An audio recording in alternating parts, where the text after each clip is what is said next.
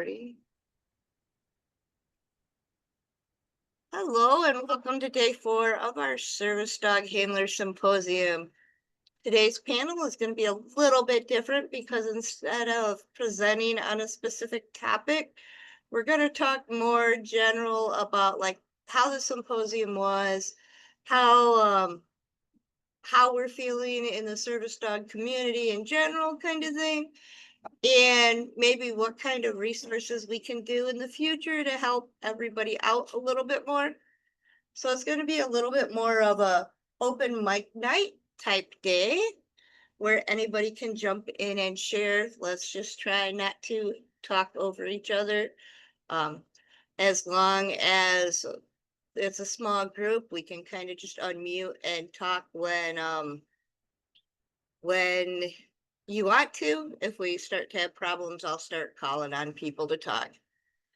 Well, so our topic for the day with the symposium was training tips. So that's where we're going to start out with our first kind of general topic. So most of the people that are here have at least participated in the symposium a little bit every day. So tell me, like, if you had one training tip you could leave our fellow service dog handlers with, and I'll give you a moment to think about this, what would that training tip be? And it can be anything covering any topic, whether we covered it in the symposium or not. And so I guess my number one tip I usually shoot to is a reinforcement based tip, because we know reinforcement will make behaviors happen. And of course, there's those reinforcements that the dog finds themselves that may reinforce behaviors we don't necessarily want. So I'm always looking to find the reinforcement that already exists in the world that can encourage the behaviors I want. So things that help a dog be a dog, like running, sniffing, chasing things like chasing my ball or my flirt pole or the treats I tossed, or searching for something in the grass, whether it be something that I positioned in the grass or something another animal positioned in the grass, or even grass that another animal recently walked through, that kind of thing. So I look for those natural things that are out in the world that my dogs find reinforcing. And so if you were here for the pre-game or recording, you saw my dogs playing in the sprinkler, which is something they find very, very reinforcing. Azul started that as a puppy when we would go out on a training session. Whenever we came back, we would either play with the flirt pole in the backyard, and when it was too hot to play with the flirt pole, we would play with the sprinkler. And so that's just something that we throw in our day that I use to reinforce whatever activity we did just before we play. So who else has a training tip? I see Cindy, you're unmuted. Go ahead. Okay, what my thing is, be consistent.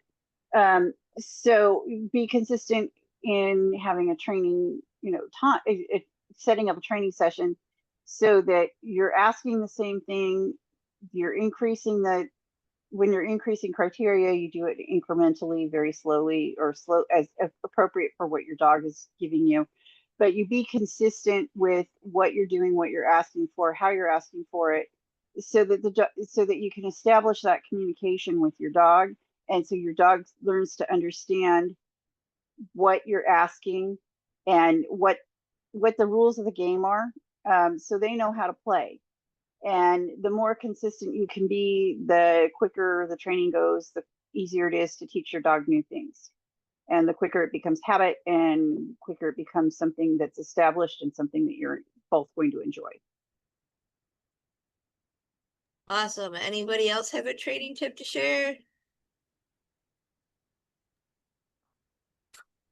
Go ahead, Dottie. Yeah, I would say train the dog in front of you.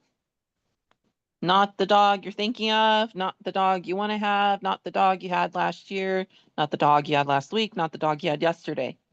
Train the dog in front of you. So that can change from one day to the next, especially in adolescent. Mm-hmm. So just being careful that, if we get frustrated with one thing, switch to something else and try that instead. So you're setting them up for success, rather than, frustration. Scott, do you have a training tip for everybody? Yeah, don't let it just be within the minutes you're training or the time you're training. If you see something, you can reward it, at least acknowledge it. You don't have to exactly always carry treats on you. If you see something, I tell Roxy constantly in blue, thank you. And more often than not, it's gonna help with the relationship aspect of it, so they want to start focusing on more of what we want to do. Um, Again, you don't have to feel like you have to have treats on it. It helps absolutely, but if don't feel like you missed an opportunity, if you can just quick something, acknowledge, stutter step, stutter your voice, not step, sorry, dumbass. Um, that's important. Um, but yeah, if you see something you like, acknowledge it. Before we go any further, though, I want to thank you, Penny, and everybody else here that for putting this on and being a part of it. This has really been helpful, and I feel it's been helpful, and it's been really good to just have everybody with their voices and putting this on. We're gonna get more. This was good. Well, you're welcome. And Appreciate it. yes, we're gonna do more. We're gonna do more for sure because it has been an awesome symposium from my standpoint. So one of our other participants, Julie, says pay close attention to trigger stacking when training at that moment can because it can vary. The session may be or will be more enjoyable for you both if you're paying attention to those trigger stacking, which does flow both ways. If we Rand, do you have a training tip or no? She may be busy. Uh, So go ahead.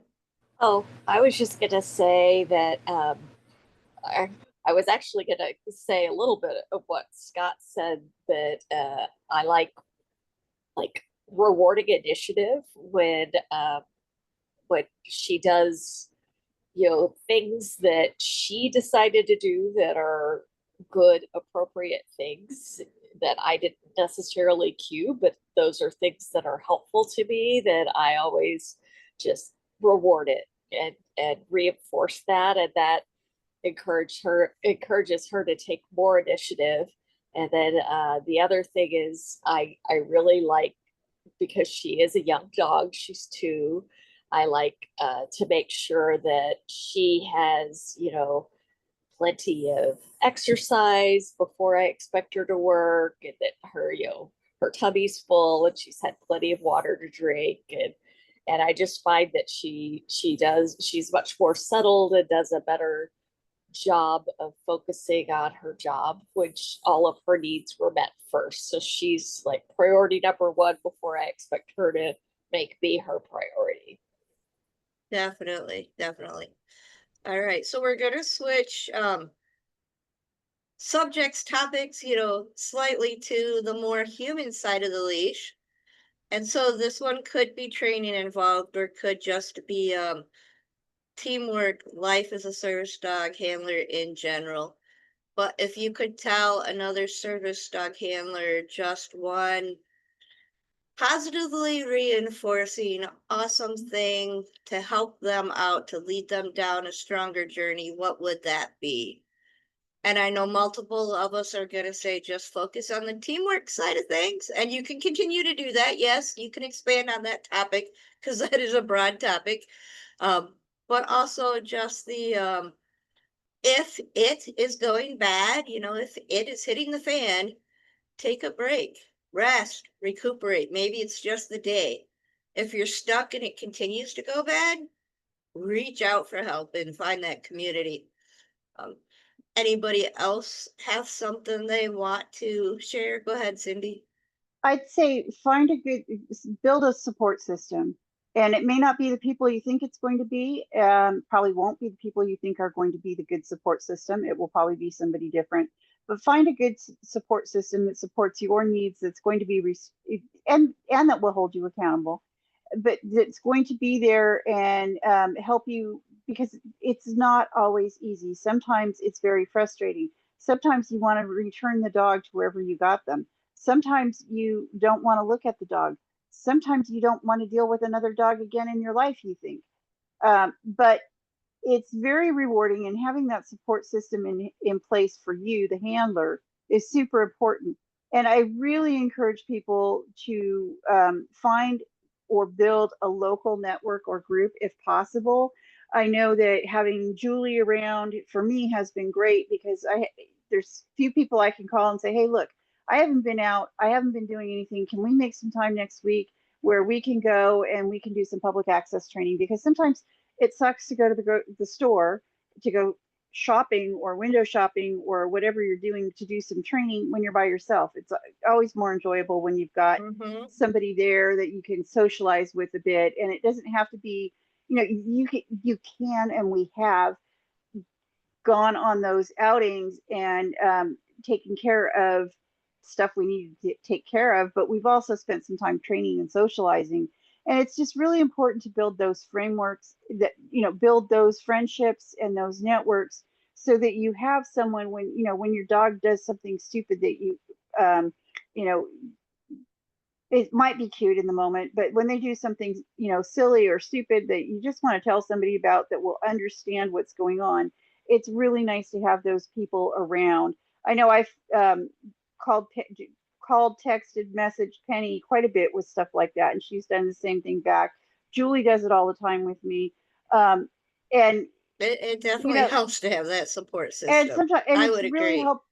it's really helpful to have that. The other part that comes into is if you're struggling with a training scenario, maybe it's the trainer you're using, the in-person or online training system you're using. Maybe it's just your dog's not responding the way you think you should. And maybe you're looking to look for something different, and you don't even know where to start to make the changes that need to be happening Should we so that talk you about get, Belle's barking mad story real quick? or we could even talk about, like a lot of Nick's struggles Right. are what Well, caused me to get all of this stuff going, and barking was one of them. And learning to throw food at barking was a big, big, big help. It's counterintuitive, but it's certainly a big help. we have a barking mad workshop that runs a few times a year, totally free. It's a 5-day workshop. But when we were working on, or just before we put together that workshop for the first time, Belle was in a particularly barky stage. Like, she is very vocal anyways, kind of the German Shepherd in her, but she was particularly barky to the point of I was just frustrated. It's like, as a trainer, I knew how to do the training, but I couldn't get my mind in the right frame of mind to do the work I knew I needed to do. And so we had a Zoom with some of our community members, Cindy being one of them. And I was venting this frustration in that I just couldn't do the work because I couldn't do it the way I knew I was supposed to do it because of my emotional level, right? And so I said, what I really need is some kind of cue that stops the barking, but puts me in a larger than life happy mindset so I can change my emotions on it. And Cindy, being a poodle owner, said, well, it has to do something with poodles. Tell her something about poodles. And me, being an avid Dr. Seuss fan, brought up the tongue twister book with when Tweedle Beetles battle with their paddles in a puddle, and the puddle's on a bottle, and the bottle's uh, on a poodle, and the poodle's eating noodles. And, so my cue for Belle's barking simply became Tweedle Beetles. But if she continued to bark, I would go into the rhyme, right, and keep saying the rhyme. It didn't matter if I got it in the right order or whatnot, but I can't say that phrase without putting a smile on my face and on my heart. So the cue Tweedle Beetles became that, all right, we need to stop. We need to connect together on this and not be separate in two separate silos of the world in that moment, even if we were in the same room. We needed that kind of emotional connection. So that community is what gave me that really silly cue. And yes, I can be out in the middle of the woods and all of a sudden when Tweedle Beetles battle. And sure enough, people look, if there's anybody around.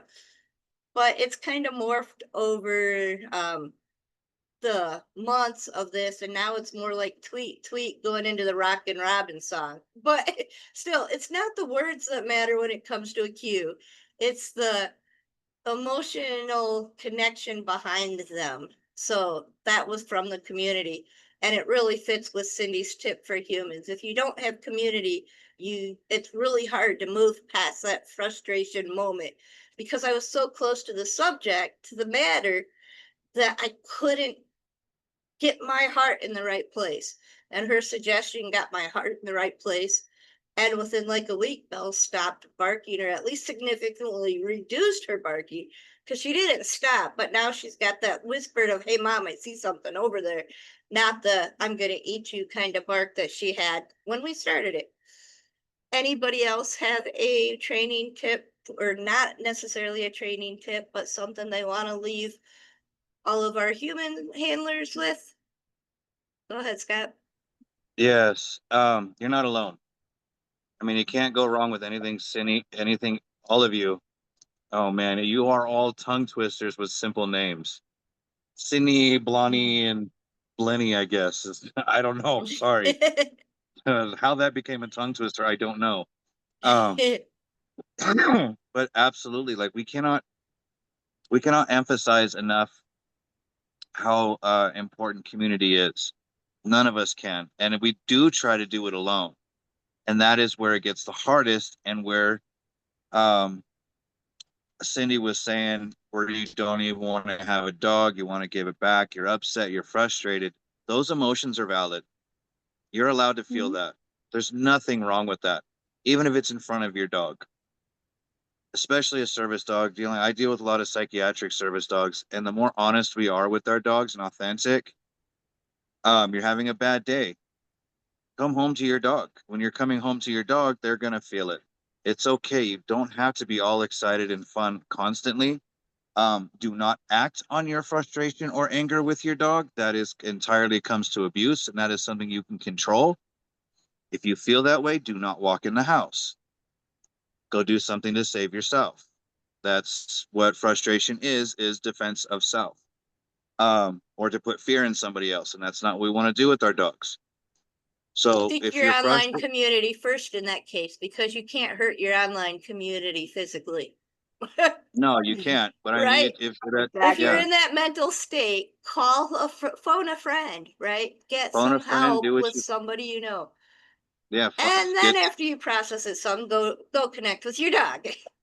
yeah, and Yeah, then if it's in if it's in the moment and you need to throw something, there's absolutely nothing wrong with throwing kibble, maybe towards your dog, but maybe if you're throwing it really hard, throwing it away Not from at your your dog, dog, but not at your out in dog, but front of your dog. front of your dog. But there's nothing wrong with, throwing the kibble and letting your dog clean the kibble up, because that way at least you're getting the frustration and being able to throw something, and your dog is getting, oh, okay, mom's upset, I get kibble. Good things It's happen. Go ahead. Let Scott finish yeah. his train of thought. no, it's fine. Those are good points. Okay. Um, but yeah, it's you're not alone. Absolutely find a community. Um, it's okay to be frustrated, and go be silly with your dog. Yes, they're going to be your teamwork, and you're going to rely on them for a really long time, and probably alone, unless you have, except for when you have your community. Because a lot of people don't understand what you're going through until you find that group, and it takes time. But go be silly once in a while to the best of your ability. Your dog wants to be silly, be silly. Your dog's telling you they're safe, they trust you. The relationship on their end, they trust you more than we realize. And yes, anything's going to happen. It's not everything's going to be perfect. It's not supposed to be. Not a single relationship is perfect in the moment. It's like we were talking about earlier. I love you, or I like you. I'm your friend, but I didn't know I had to be your friend right now. It's Right. okay. Yeah, and when mistakes happen, that's okay. Mistakes are supposed to happen. It's a good learning tool. We can't keep comparing. Like Bonnie says, train the dog in front of you. What's going on that day? How are you feeling that day? If somebody else in the comment says, if you know, don't do the heavy stuff. If you're having a bad day, don't do the heavy stuff. Don't do the harder stuff, even if you had it planned or that's the next step, or just you got to take care of you with community. Your dog's there with you and they want to be there with you through thick and thin.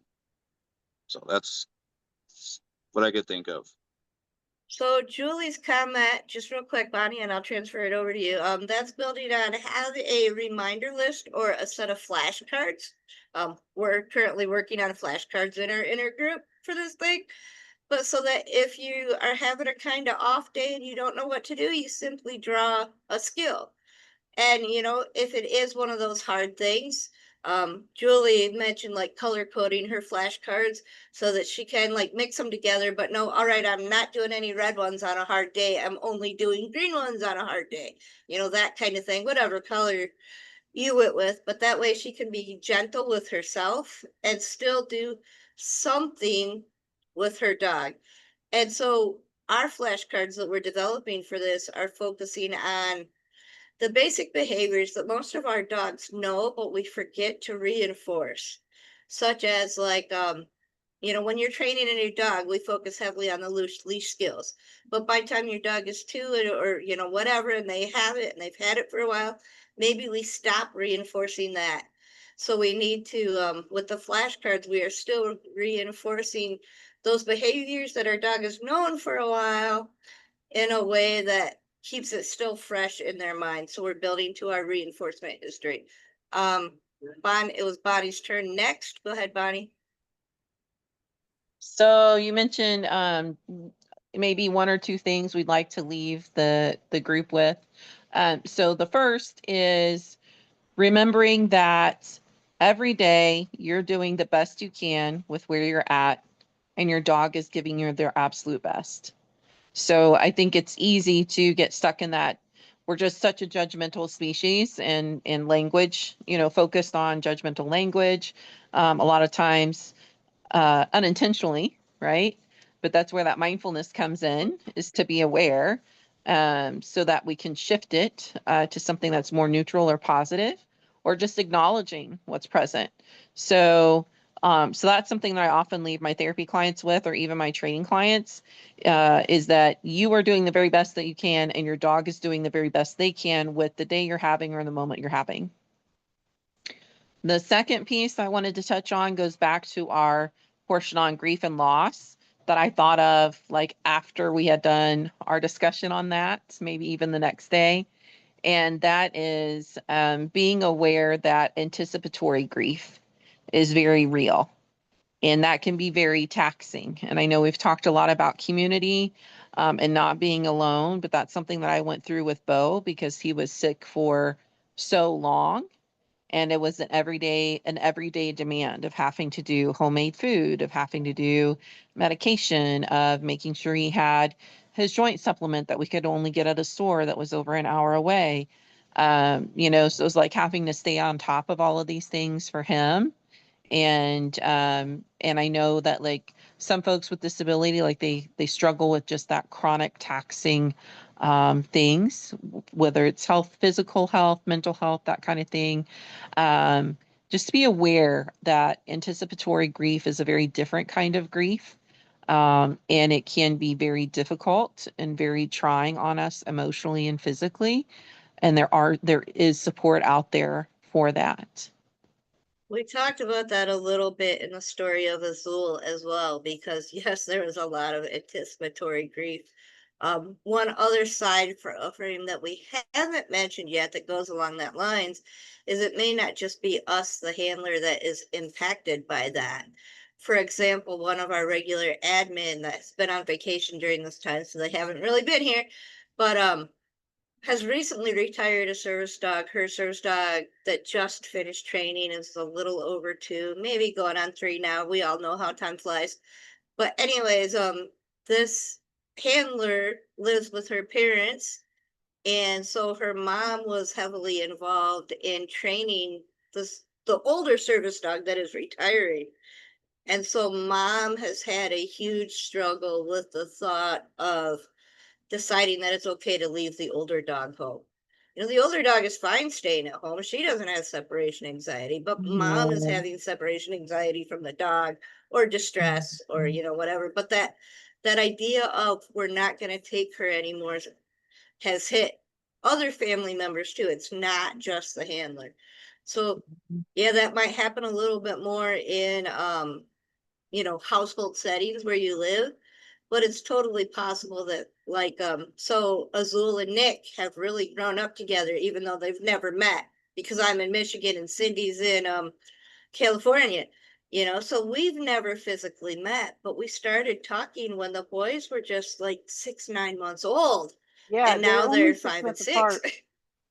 Yeah, 5. Nick is still 5. okay. He's approaching 6 because Azul's 5 and a He's half. 5 and a half. He's 5 and a half. Yeah. But But they're anyway, so really I mean, when one of them has an issue, the other handler feels it as well because they start thinking, oh my, what if my service dog develops this issue? What would Mhm. I do if I were in that situation? So it may not just be the handler itself, but the people that have watched that dog grow and develop and become what they are could also be struggling. So Rianne had just one more tip to add to that. I'm going to get to where I can see it again. So she says it's okay to have down days where your dog and you are just cuddling in bed. If that's all you can physically do that day, yes, your dog is still learning and training and will pick right back up on a better day. And yes, totally true. And many of us will have, you know, a down day turns into maybe 3 down days or 3 really slow days or rain Tuma. days really impact me. Anytime there's a huge weather flare, we could have a few down days before we can get back to the active world. And so just remember that when you're having those down days, it is okay. Our service dogs do need to learn how to be calm and settle and somewhat entertain themselves and do natural doggy behaviors as well, whether that being cuddling with us in bed or, you know, chewing on a bone or, you know, playing tug with the other dog in the house, all that fun stuff. All right. So then we're not going to talk about how negative the service dog community is in full detail because we all have experienced that, right? There is no need to rehash that. What we want to focus on then is if we could change the service dog community to our dream community, what aspects would that have? So think about, you know, yes, we have a lot of great tips we've given for handler and community has been a theme in many of them. So if we could make the perfect community, what would that look like? What would it involve? Does anybody have any ideas they want to add there? Go I ahead, would Scott. personally. Oh, Scott. Go ahead, Scott. And then we'll do Cindy. Grace, patience, Mhm. just, Even it's, forgiveness.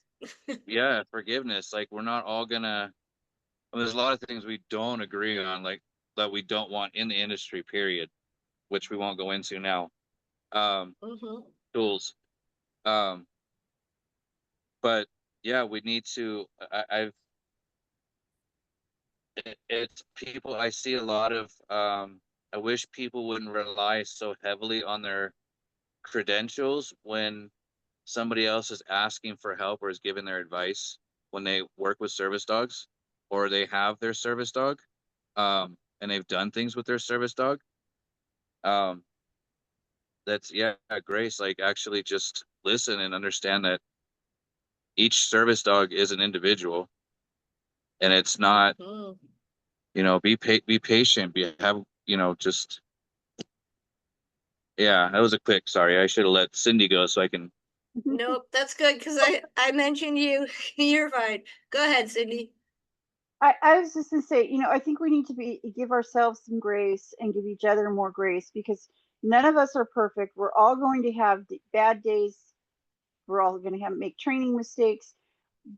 Just stuff that we don't like. The world is not perfect, and we need to be able to forgive ourselves, forgive our dogs, forgive our community, and support each other and not be afraid. You know, I don't ask for help locally because I don't know anybody that I respect enough as a service dog trainer locally that trains with the same philosophy that I train with. There's too much jumping to stuff that I wouldn't use on my dog. And I cannot tell you how many times I have heard people tell me that I should be using severe, harsh Punitive corrections, tools. Yeah. punitive tools, or punitive actions on my dog. And it's not okay. It was something I had committed to a long time ago that was not going to be something that was going to be happening with my dogs. And it's really hard to get away from that, even with trainers that claim that they don't do that kind of thing. There's a lot out there that still do. It's really part of it's human nature. And you know, look how much we berate ourselves. We need to give ourselves the grace to understand that, you know, mistakes happen, emotions happen, our emotions happen, the dog's emotions happen, and life happens, and things are not going to go be smooth sailing all the time.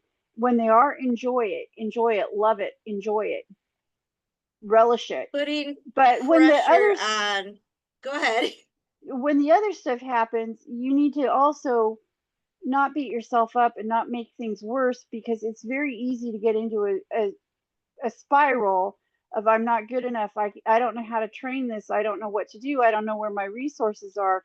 And that's where having an online community that is supportive can be helpful. Like, I know I can pick up the phone or pick up the computer, and I can get a hold of Penny and say, hey, look, I'm having this problem. What do you think we should, you know, what do you think, how do we solve this? How can I solve this problem? And she's going to have a different perspective because she's not living in my body. I'm not living in her body. She's not emotionally connected to Nick the way I'm connected to Nick. And so she's going to be able to look at things a little bit differently than I am, with a different perspective. And it's important to have those supportive people. And I can do the same thing with Julie. And it's important to have those people in your life that you can call and ask for advice and ask for help, and know that you're not going to get, oh, well, you should just do this, you know, X, Y, or Z that you would never in a million years do to your dog, or even suggest to somebody. And it's really hard sometimes to find that community, but it's definitely worth the effort. That's what we're trying to do with the Crazy to Calm Facebook group. That's what we're trying to do with the Patreon page, is provide that community, because it's expensive. Even when it's cheap, it's expensive, and it's often not. It's often just not. It's expensive Not emotionally, feasible for many people. and it's Can I follow up expensive. on your other comment real quick? Yeah, I was just going to say, putting pressure on anyone, dogs or humans, or pick the animal, putting pressure on any animal is rarely the way to get that animal to learn or to actually help that animal. When we put that pressure, let's say on another human, to do things our way, we are more likely to send that human looking for somebody else versus really thinking about what it is. So yes, I might pressure somebody to really think about what they're doing a little bit, but bottom line is we want them to consider all avenues and choose what is best for them, because pressure doesn't solve problems. It just makes more lumps of coal, right? Yes, eventually you may get diamonds, but we're not going to be around. We're not going to live long enough to see those diamonds with that amount of pressure. So let's take some of the pressure out of, and the judgment. And that kind of goes with what Julie's comment is to come from a place of compassion and a support for where that team is right now, remembering that we all come from different backgrounds, capabilities, traumas, etc., and being okay with supporting each other's where they are. Sometimes just being a sounding board if that's what's needed.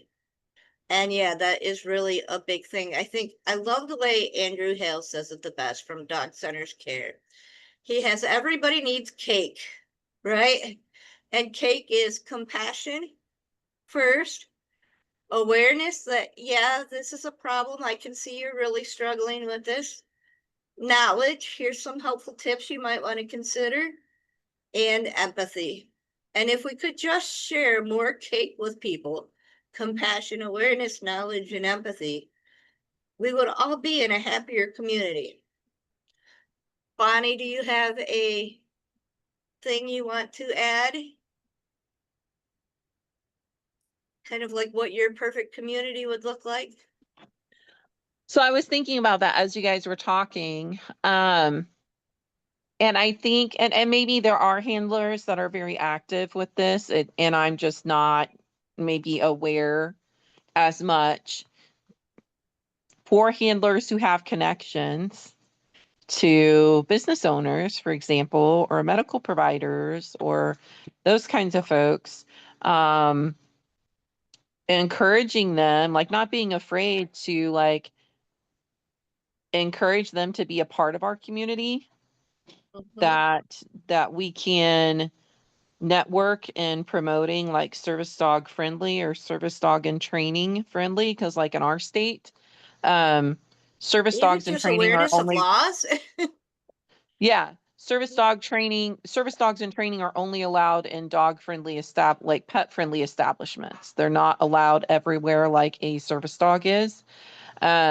So being, if we have handlers who have connections to business owners of various type, whatever that may be, even if it's one, encouraging that person and helping them understand like the challenges that there are for service dog handler teams, and training to different environments that they may not have access to during the training process, and seeing if we can expand that network, of businesses, medical providers, whoever it may be, with, if they have that control, like expanding that network to maybe they have a practice day or something, where teams can come together and practice at that location.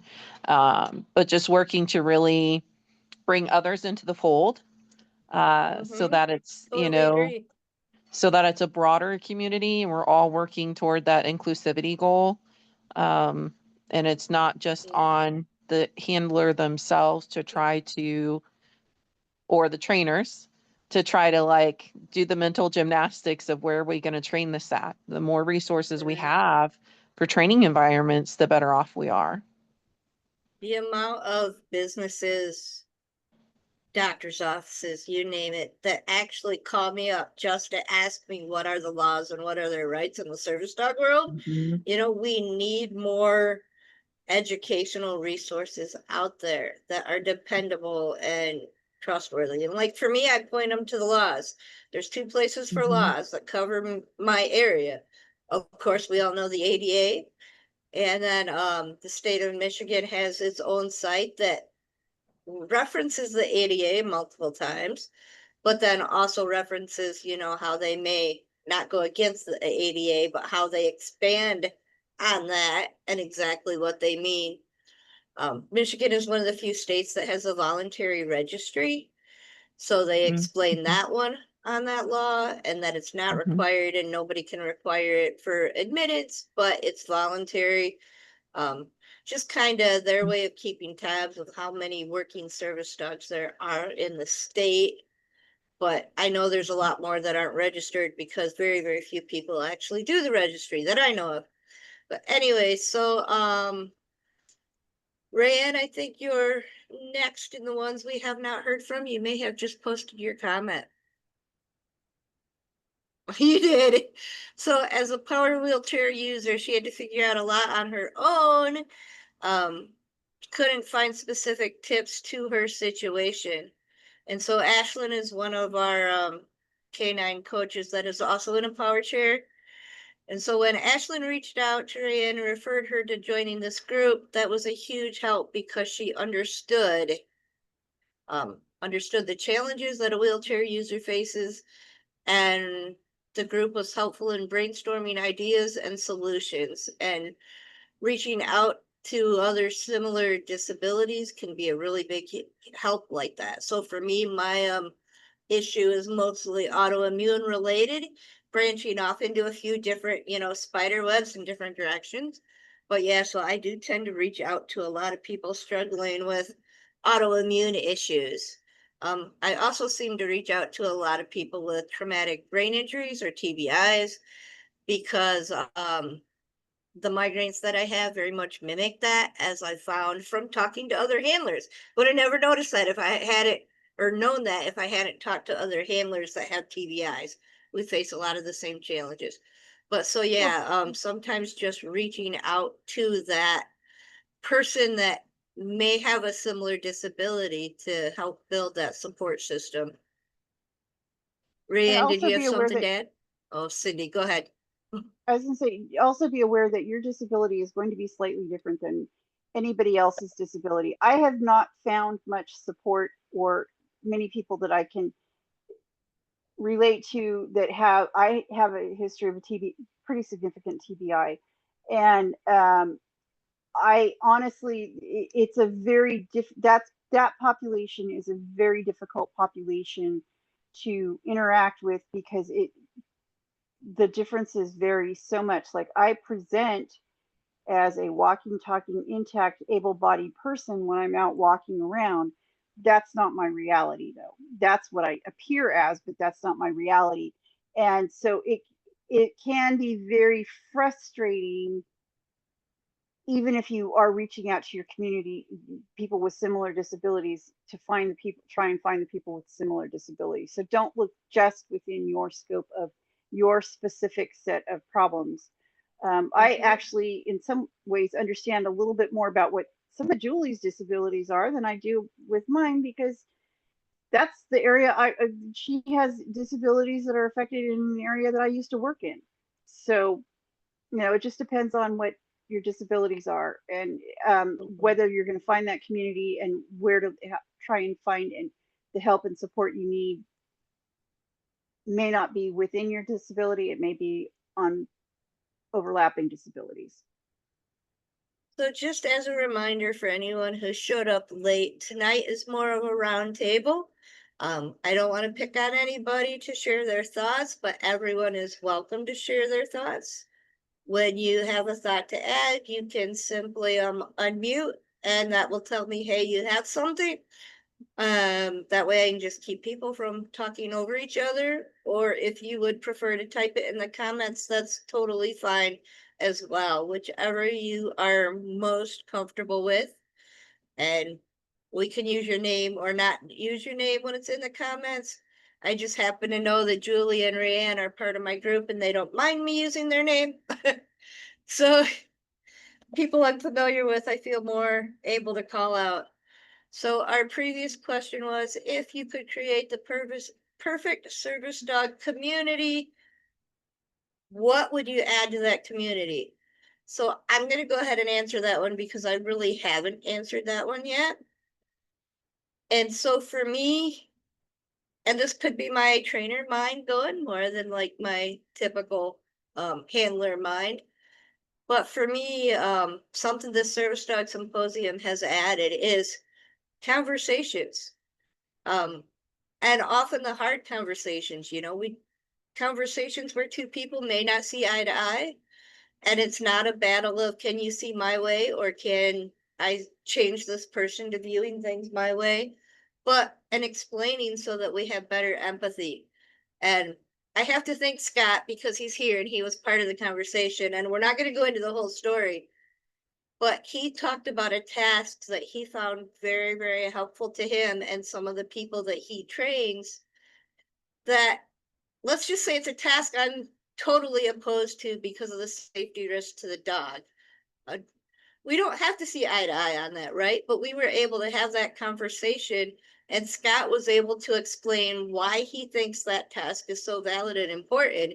And I was able to explain my safety concerns. And in the end, each handler has to then kind of weigh the pros and cons of everything that's discussed. What's going to work for my situation and what's not going to work for my situation. Case in point, and this was an area where I kind of messed things up a little bit, to which I profusely apologized. But one of our group members was using a tool on her dog that I don't necessarily agree with. Because I will just say it's one that can be used to remove a dog's oxygen, which I don't think is ever appropriate, right? Um, in her situation, she wasn't using it for that purpose, and rarely was it ever engaging. It was her safety net for an adolescent dog, and she simply did not feel safe without it. And that's the bottom line. She did not feel safe without it. And what I apologized for was unintentionally making her feel bad for using it, making her feel like she was damaging her dog and her dog was going to wash out as service dog word because she chose to use something that I didn't like. And that's never our intention. You know, we never want to send somebody away with those such negative feelings that they're feeling judged and horrible and like they're messing up their dog. We do that enough to ourselves, right? Holy crap, what I just did is going to totally screw up my dog and now they might not make it. We do that enough to ourselves. The last thing I want to do is inflict that on somebody else. So those conversations where we don't necessarily agree can help build the empathy for both sides of the story. And we may never actually agree, right? And as Julie's pointing out, that was one of her favorite parts of the symposium because there was conversation without arguing. And yes, we had some passion and a little bit where we were trying to both everybody talk over each other. That's because everyone has the desire to feel heard in that situation. And so we slowed things down, we backed it off, and I hope everyone walked away with that feeling heard. That was my goal, but that thought provoking. And yeah, I mean, that is an important part to the service dog community that I would love to build.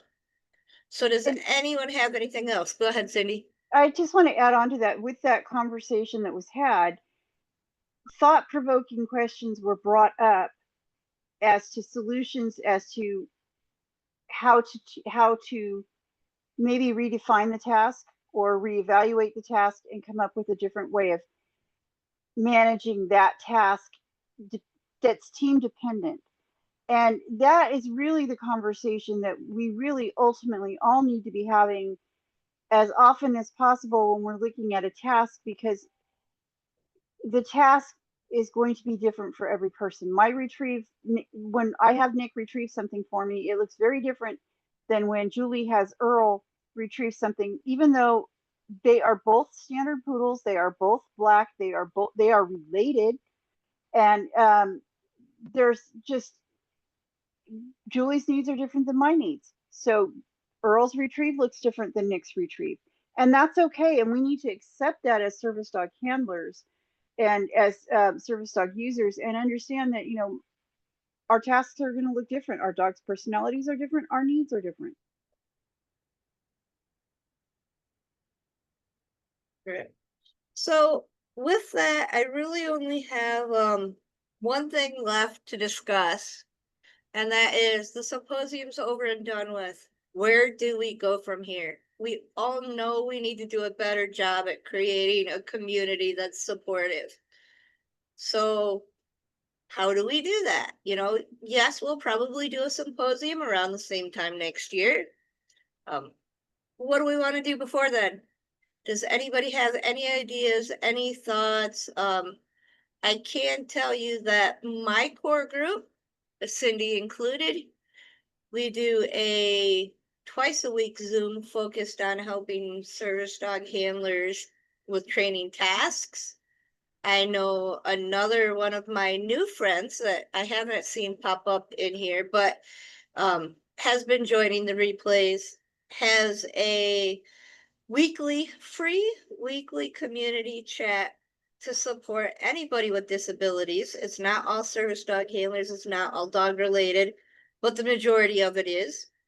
So there are different avenues out there for anyone who has internet access. Unfortunately, it's really hard to provide services without internet access, except for local services. I do a lot of that too, because my local area really does not have good internet access.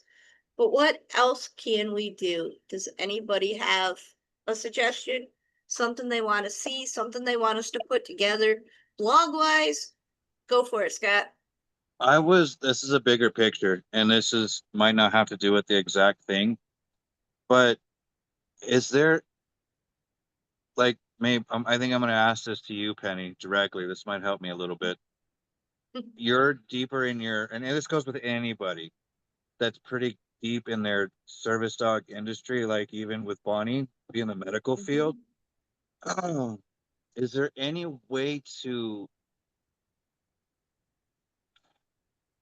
like, the national hotline 988, or some sort of national support group for service dog trainers, or people that, you know what I mean? Does that make I sense? do. That would be interesting. And I've There Like, is never a I know it's a heard of bigger picture one. thing, but sorry. Right. there is a resource, but it's not necessarily like for emotional support for the service dog handler. There's a resource about laws, and I don't remember. I'll have to look it up Yeah. again. The But DOJ has a good well, resource for no, that. it's not. That's a This is call not in the that you can call in DOJ. and get help specifically with your This laws. is right, but this is a 24-hour. This is somebody started a hotline Uh-huh. to help when you're having an access issue in the moment. And I don't remember exactly what it is. I'll have to look for that again. And I haven't used it, so I don't know how effective it is. Yeah, But that's the kind of resource that I think as handlers we definitely need. We also need to figure out how to have that's good. a resource for the other issues, like, what do you do when you're having an access denial and you're melting down? I would Because love the idea of a national, like, just a handler support line. Um, I know that I personally don't have the resources to make that come to I don't fruition, have, I don't either. but I would love to be on a larger group of, of So, participants working to build something like that. Go ahead, Scott. because it is possible, because today I went, there was supposed to be some opposition to a pride event, and I went to it. Thankfully, they didn't show up. It was at a church. The church had this, I can't find the paperwork, and it's bothering me in the moment because I'm picturing it somewhere, probably in my car. But it has, if you see something happening, you call an 800 number. This is Mm-hmm. for Colorado at least, and they will literally send somebody in that area, network into that area, Mm-hmm. to come cover you. Kind of like the Hmm. Red Cross does with disasters, Yeah, but not service dog related. That's those are just what they do yeah, with no, it's not. disasters. But But I it's think it like they seems like will it's send somebody to you. yeah, but it seems like but it just seems like it can be done somehow. I would like to go one step further, and I would like to see legislation at the national level require large corporations to have ADA training mandatory in all employee orientation. It would not take more And than 20 minutes to include that for hotels, major restaurant chains, major restaurants, just any of those large businesses. It's ridiculous that we should have to have someone to call on our behalf. Right. I Like also, Absolutely. that's where I get fired up. Like, it literally costs these businesses nothing to access the laws, and it would only take 20 minutes extra presentation in their orientation process to include this as one of the topics. Here's the questions you can ask, and that's it. Those are the and limits. here's, End of story, period. but I think that they also need to be taught that here's the questions you can ask, and it's okay to say no. You cannot bring your dog in here if the Yes. dog. So It's out of I had a control. it's out of control. I had a situation, and California has criminal laws about denying access, and fortunately, I did not have to call the police on this. But Julie was there when this happened. We went to the zoo, and there was a group of us, and her dog was screened, and her tasks were okay. My dog, the other lady, another lady that was with us, her dog was screened and her tasks were okay. And they told me that retrieving was not a valid, because I always use retrieve as my go-to task because it does not give your disability away. Everybody benefits from a retrieve, disabled or not. Everybody benefits from a retrieve, and it's something that has to be taught. And they told me retrieving was not a valid task for a service dog because it wasn't on the ADA website. And if they had denied me access to the zoo on that grounds, I would have called the cops, because California does have criminal laws. And it wasn't about my dog's behavior. It wasn't about what I said, look, I said, technically you can't even ask me that because he's wearing a mobility harness, and I was holding on to the mobility harness for mobility, and I didn't give that as my task. But if you're, like if you have a guide dog, they're not even supposed to be able to ask what your guide dog does. If you have a seeable mobility challenge, which could Right. be guide dog, could be somebody in a wheelchair, could be, It it's could be supposed to be a something, but visible right, disability. it And I was think quite that would be the other caveat is these businesses understanding when they can say no, and because when they we're having can't. an issue in my area, in more than one towns in my area, of Walmarts allowing any kind of animal, any dog, Okay. Mhm. and they're eliminating, and no, they have specifically, I've had Walmart employees tell me this, that I know. We are not Mhm. allowed to say anything because the corporation does not want an employee assaulted due to confronting someone. Well, So they I would think rather they have instructed their employees to Not turn to a blind ask. eye, and that's not Mhm. acceptable either. So I feel like there's no. there's that, because that hurts our community as well.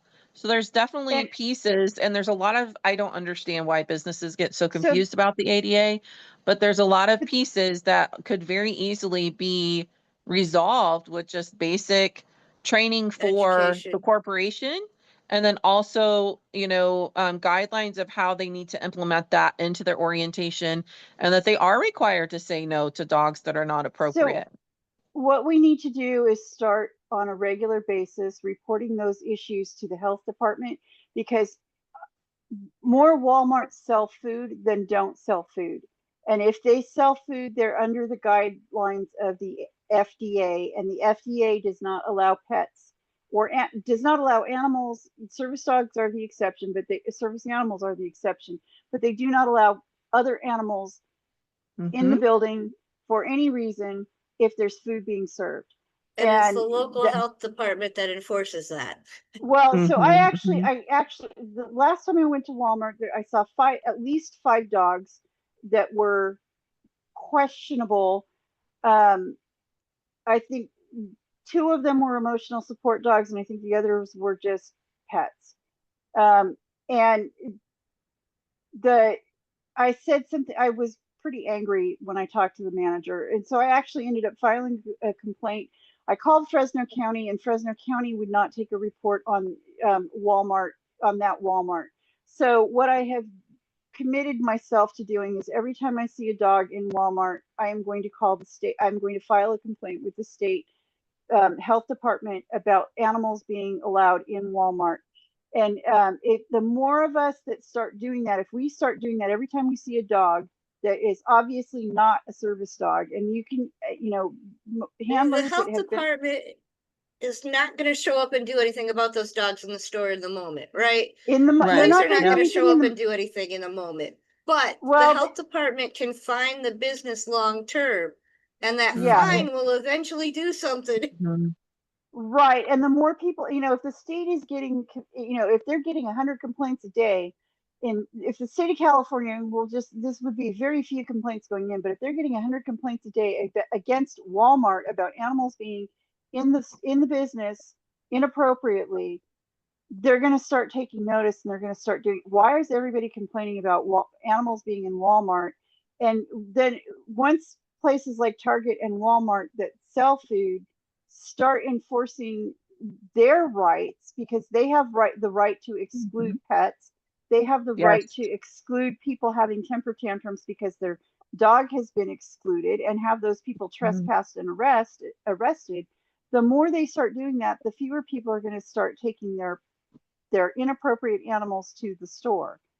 You know, So uh, what I'm hearing, and I don't want to cut you off, but we could go on this topic all night long, right? oh yeah, But what I'm hearing is we need a community that can develop some resources that can be handed out to businesses that give that education.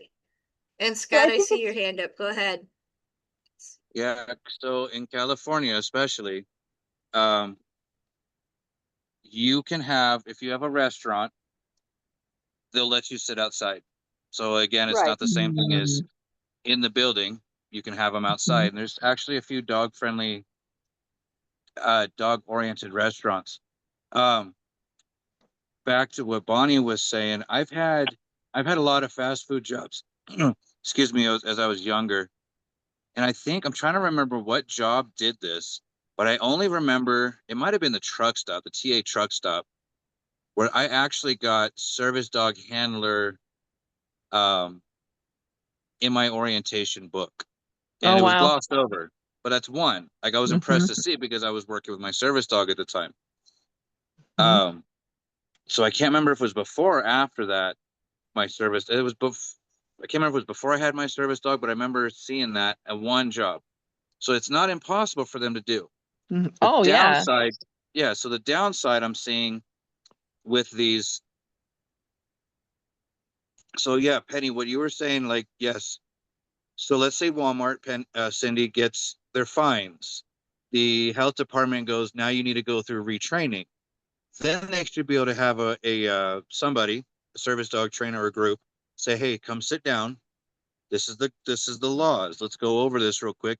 These are what's going to help you and how to have it help you. Because I do think a lot of people are afraid. Obviously, Walmart's afraid. They don't want their people to get, you can't, if you steal something, they're not supposed to chase you out. And the other part that I don't like, that I end up fighting, I've done a lot of fighting for this. There's a lot of counties that will automatically deny your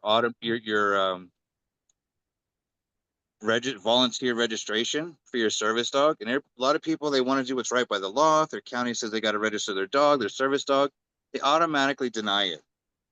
I've seen some Oh, stores in some counties where they do the same thing they did to you, Cindy, at the zoo. And I'm not sure if the zoo is legal in doing this either, because I don't go to zoos yet. Um, where they test you on everything, right? They screen you, as you said, Mhm. which some stores are doing that and some counties are expecting people to do that, which is not okay. So I have to go to the Right. county. Now I have to spend time in this new county that I'm not from to get on these city council meetings and go, this is illegal. And it usually gets Right. dismissed or dropped and go, yeah, don't do that again. They'll tell the business, Well, whatever, the county, okay, we got to change that law. And I spent like that's two not. weeks, 3 weeks in that county just to get them to say, okay, we'll change it. Then I got to go back to make sure they change the law. Because And they try to make that's it to where if where you have a service dog, they're automatically going to deny you. And if you apply again, then they'll say, okay, yeah, sure, that's great. But then they say that's going to help eliminate a lot of fake service dogs. I'm like, you I can't had do to that do because that almost in my everybody comes to county me as crying. well.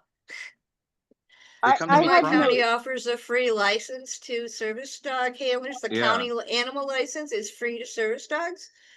But when I first went to do that, even though their website says it's free to service dogs, they're like, well, you have to bring us your certified proof of training in order to get that. It's like that doesn't exist. I had to go through that. I had to show exactly. them the laws and allow owner training. Then they're like, oh, yeah, well, we can't just give it. How do we know then? Because we can't just give that free out to anyone who asks. Like, so if Valid they walk in here concern, with their but dog, look at the dog's behavior. You have behavior as proof. If they're acting like a service dog, because in order to Penny, get that's to where you would pay that license, you have to go through county security, long hallways, lots of people. And if your dog can get to that office successfully and behave in that office successfully, it really is a service dog. and you're General going to rule pay of that thumb. officer to do that? Well, and there's already the checkpoint officer is just screening for safety in the building, metal detector stuff. Right. Yeah, So the only thing is the county treasurer who is collecting the fee for the payment. So all they're noticing is the dog made it here, they're fine, you know, they're not growling at me, barking at me, they're not all over the office, that kind of thing. Basic behavior. If the dog is attentive to their human while they're getting the license, it's probably a service dog.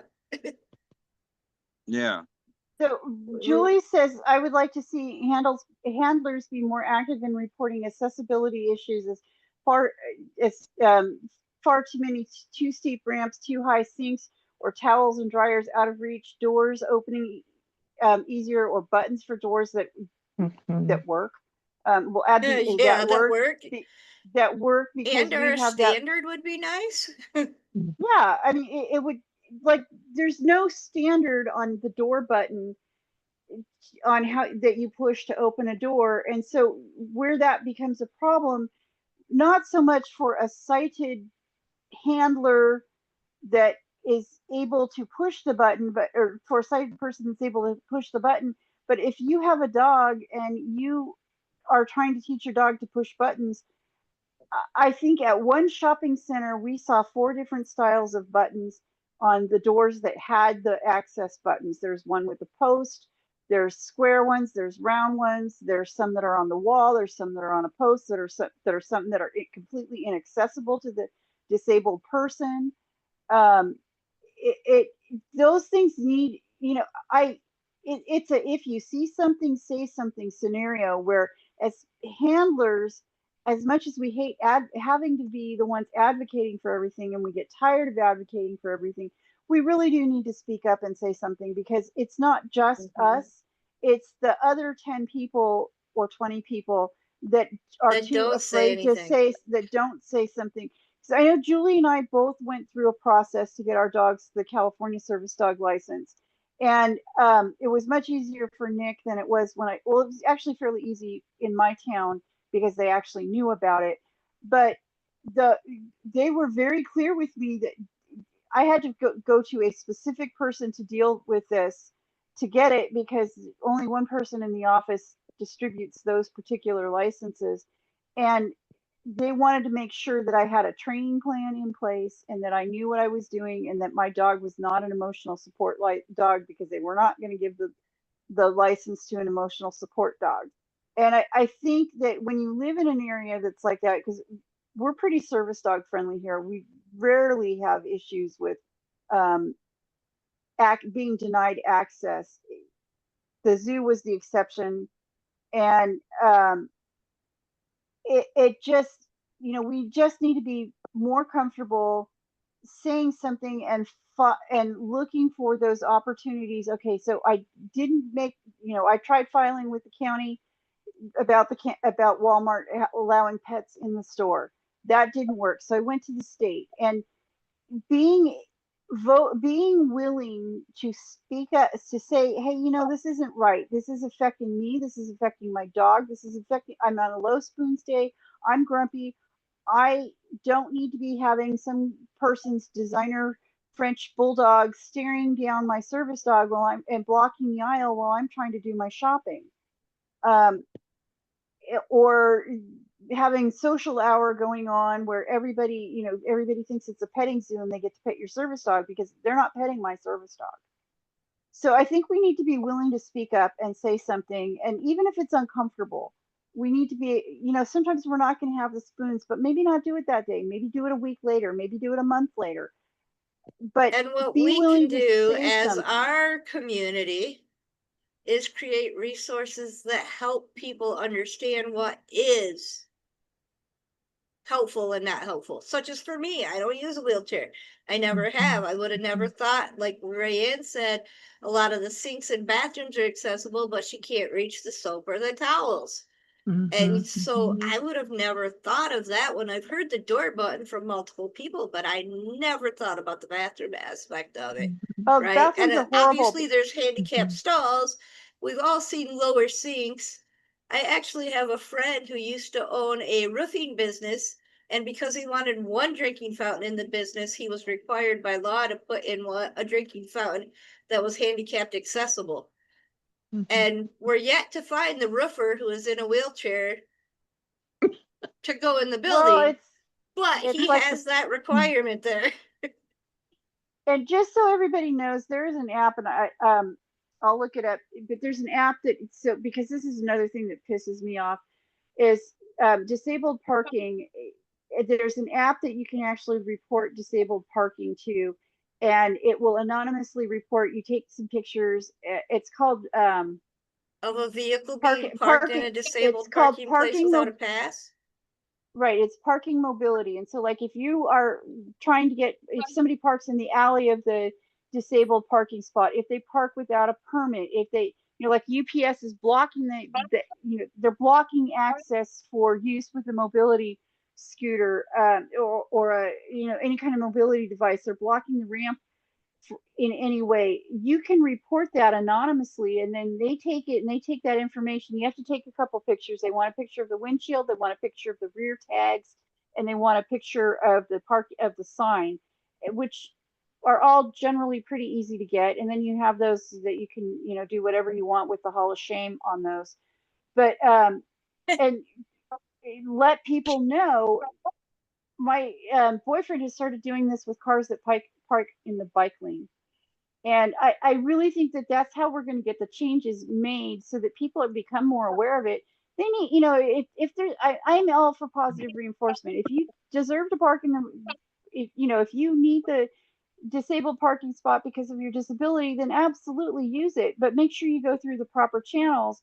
And if you don't, this is the one time punishment really does come into play, that, yeah, you probably do need to get that stiff fine or your car towed.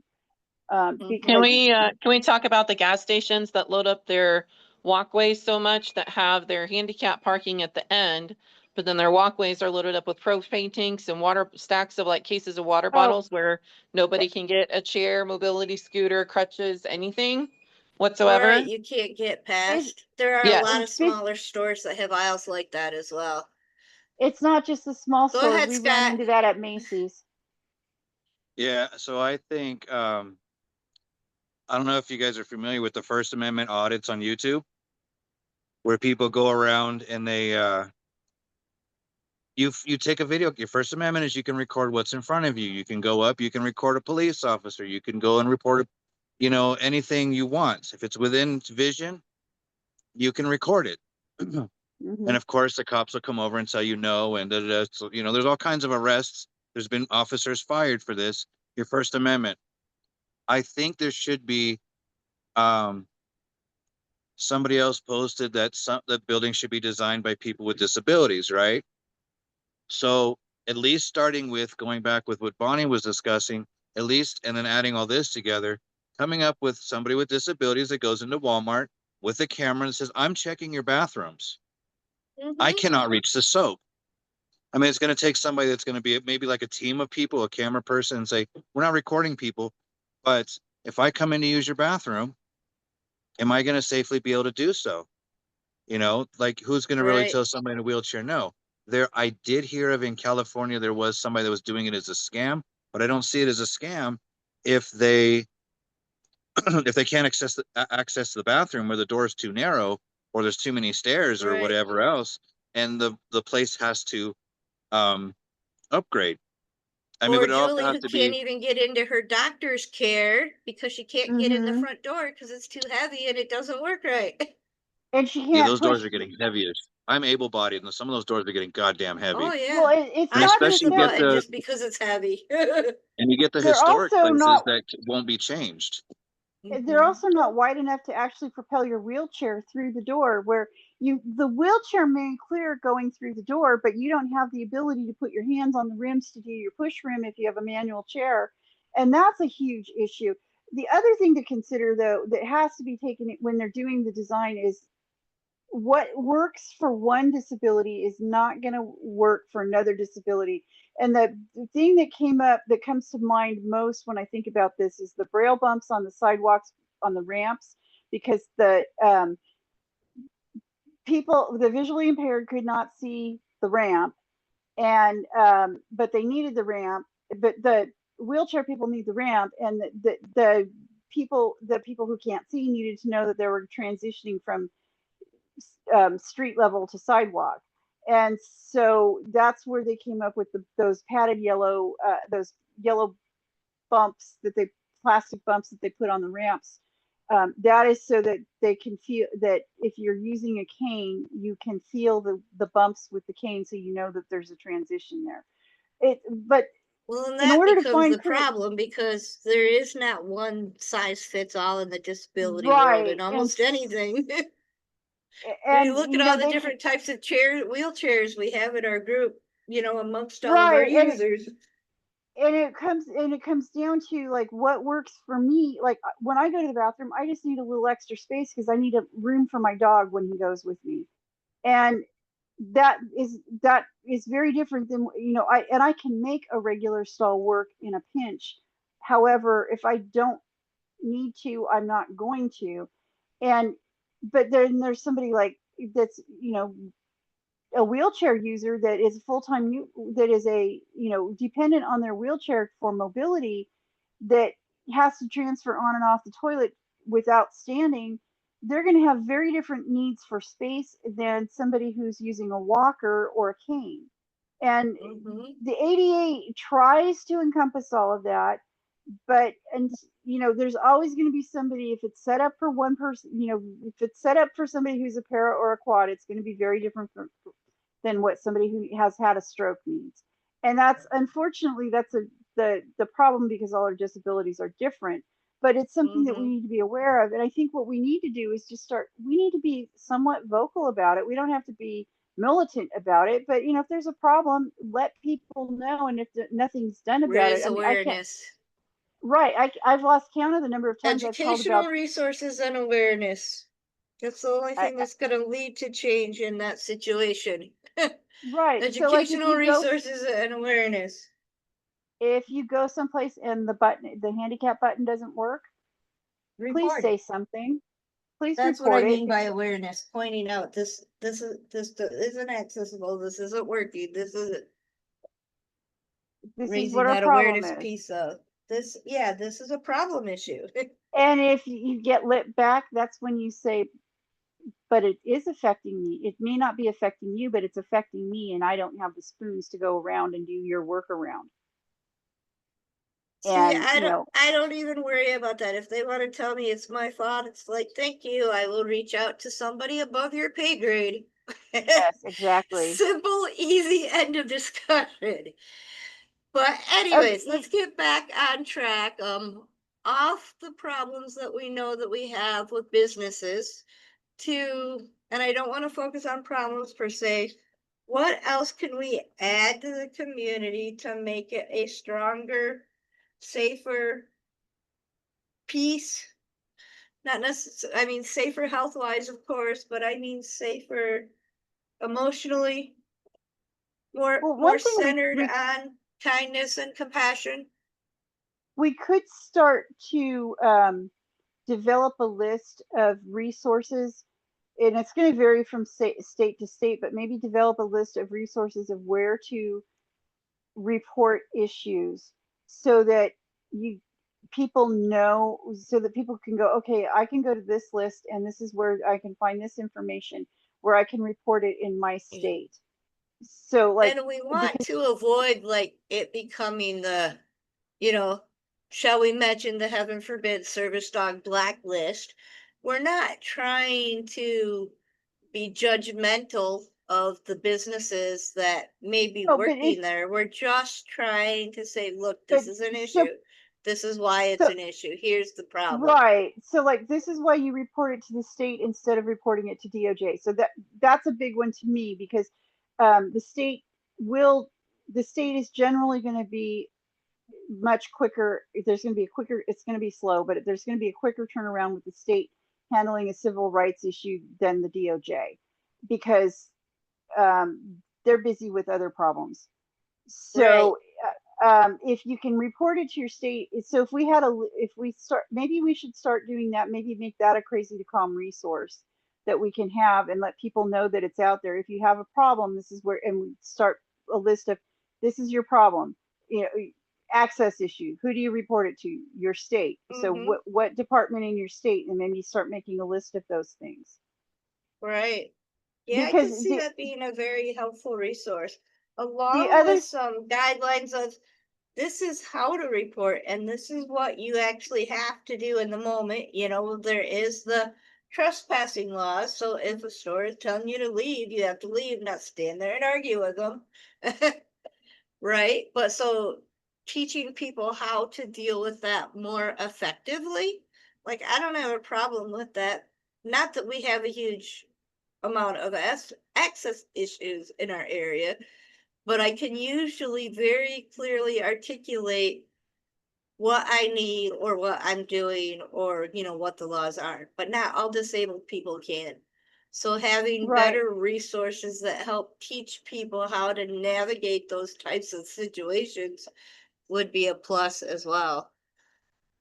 and maybe we can make some videos on how to handle an access issue, because having a temper tantrum doesn't help anybody. It's and we can all have them, but and it can be very emotional when those kind of access issues come up. But maybe having Hmm. some a guideline, and encouraging more people to do some role play to rehearse how to handle those access issues, um, and so Hmm. that it doesn't ruin the rest of your day.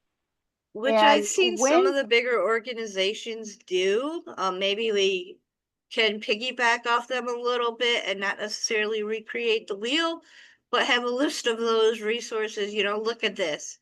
This is a free resource they offer. How can you use it? And as Sydney knows, and Scott knows, and Bonnie's quickly learning, we are all about collaboration. There is no point in us recreating the wheel. So if I have a resource that Sydney can use, she can send it out to her clients. I love to send out Scott's stuff. He does a lot of great wheels about wheels, reels reels, about emotional connection. And so being able to share them with my people is very helpful. And that collaboration of not recreating the wheel, but using what is existing so that we all don't have to do the exact same thing would be extremely helpful. I would love to see way more collaboration on that aspect going on from service dog trainers and the handlers that have been around for a while, which is part of the reason this symposium came up with in the first place. So Scott, did you have something you wanted to add there? Yeah, I was wondering if there was like the ACLU or Southern Poverty Law Center, um, something national like that, but that could um of people with disabilities that might have resources to send out, or well, what was the other one? My pen died on me and I was writing, so that pissed me off. I Um, know where you're going though, because some of those bigger organizations do have resources that they send with our clients. Can we, okay, you know, maybe have a search feature of what is available? For example, I hate to mention ADI because we all know opinions on the those, love hate. but but they used to offer their public access test available for anyone to see the requirements online, and they no longer do. You know, so you used to be able to log into their website and see what they required for the public access test. So having a list of resources of places that offer helpful resources for that would be extremely helpful. Not just like the public access training thing, but you know, the whole idea yeah, of that list of resources that are out there and available for free to anyone dealing with it. yeah, disability lawyers, just people Uh-huh. that therapists, doctors.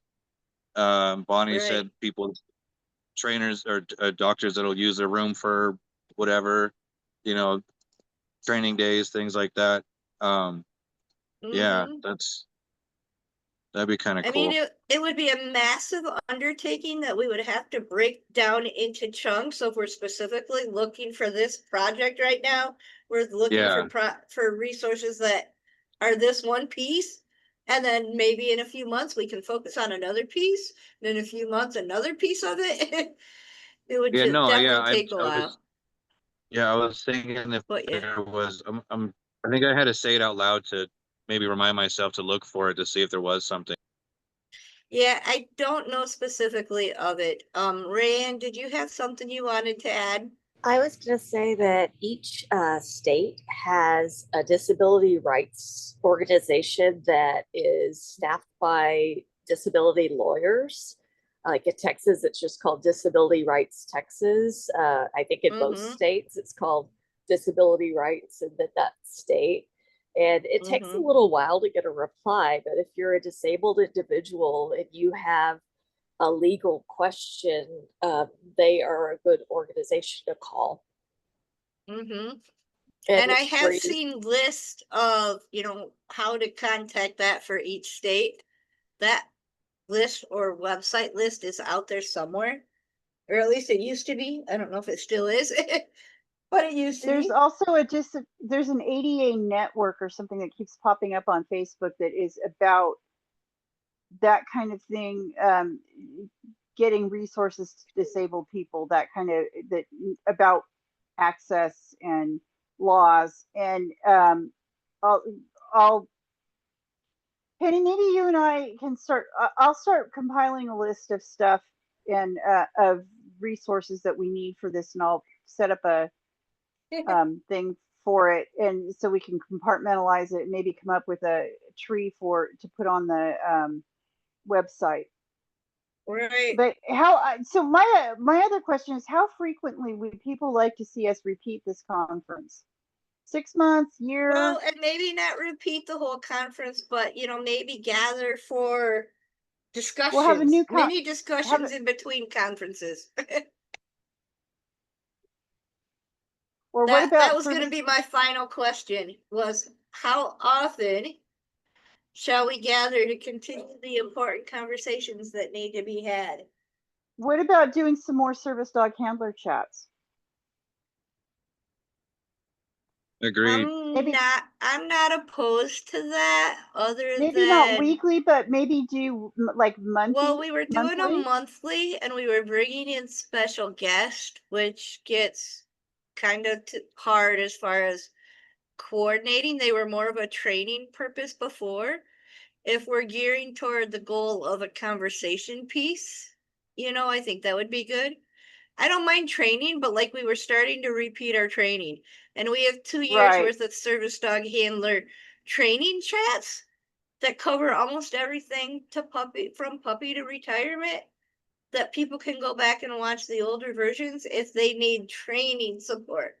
But I think that the Right. bigger conversations would be good. Now I gotta I go think read the bigger Jasmine's comment. Mm. Gotcha, Jasmine. Yeah, love to gather anytime and listen. Yeah, I think a monthly chat would be feasible. Maybe we can put a poll out there. So the easiest way, we have two main groups for Crazy to Calm for us, and maybe somebody else has another suggestion.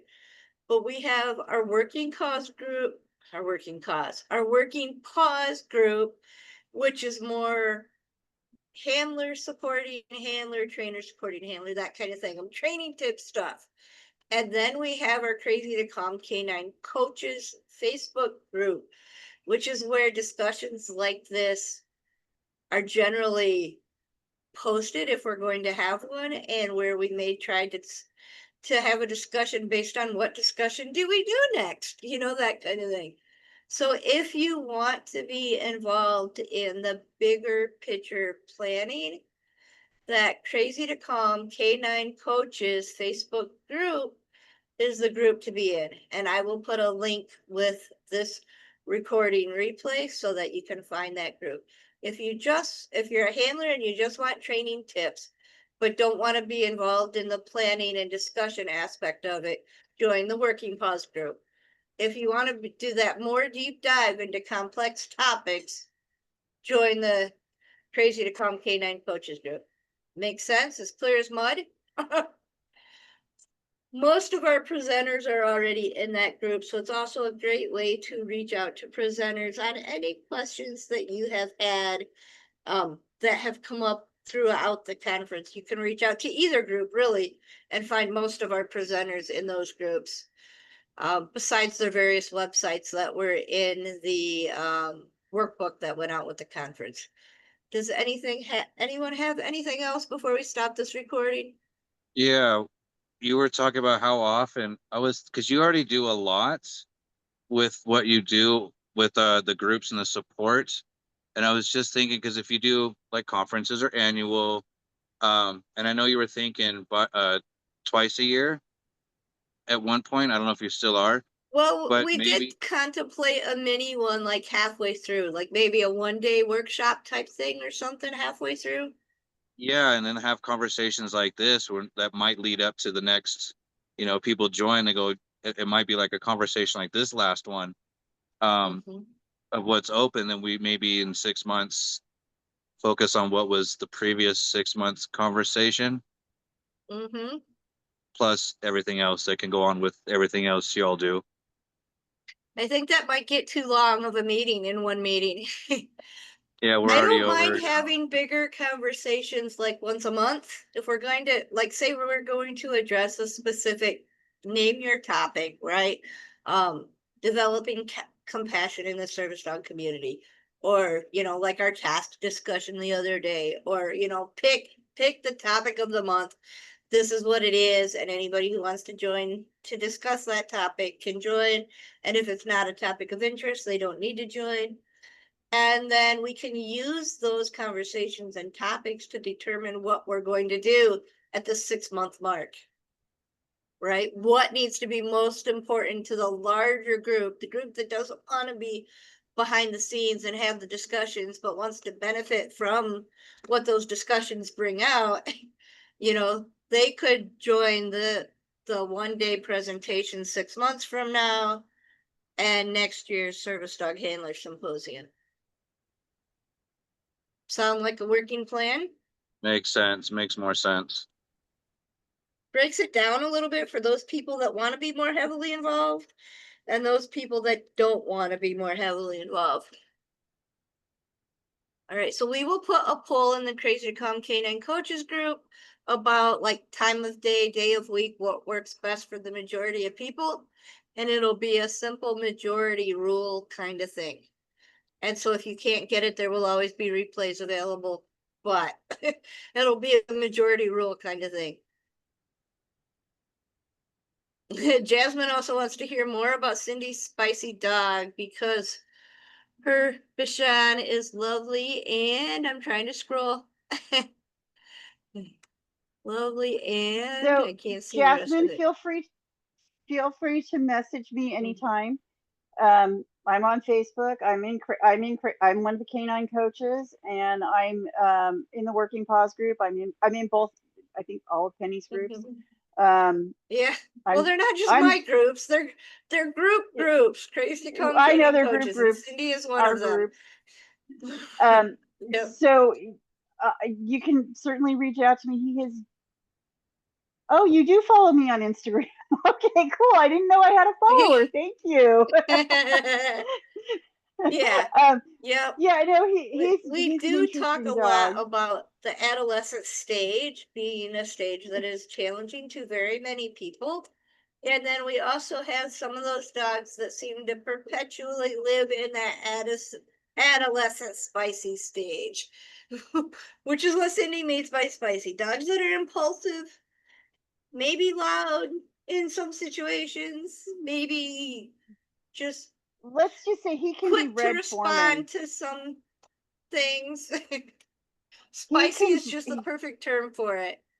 he can be Red Foreman, Yeah. and he was doing that. He did that the other day to this lady, and as soon as he realized that I wasn't going to put up with that, he stopped. And it's very much like, oh, I can be, he can be that dumbass. All right, with that, let's stop recording. We all have given up something to be able to be here tonight. So I want to thank each and everyone who is here for giving up their time, as long as thanking each and every one of the presenters and attendees for other nights as well, because without the multitude of people that have put into this would not have been possible to pull off. So I do want to thank you, even if you were just a participant but joined in on our panels. Great, thank you. If you're watching the recordings later and reach out to us via email to say, hey, I liked this, or hey, I need help with that. Great, thank you. That's positive reinforcement to us as trainers when we hear that feedback from somebody who says, I have a question about this spicy dog, right? That makes Mhm. us as trainers happy. So that's great positive reinforcement for us. So please reach out to us and let us know pros, cons, anything we can do differently next time. And with that, everybody have a great day.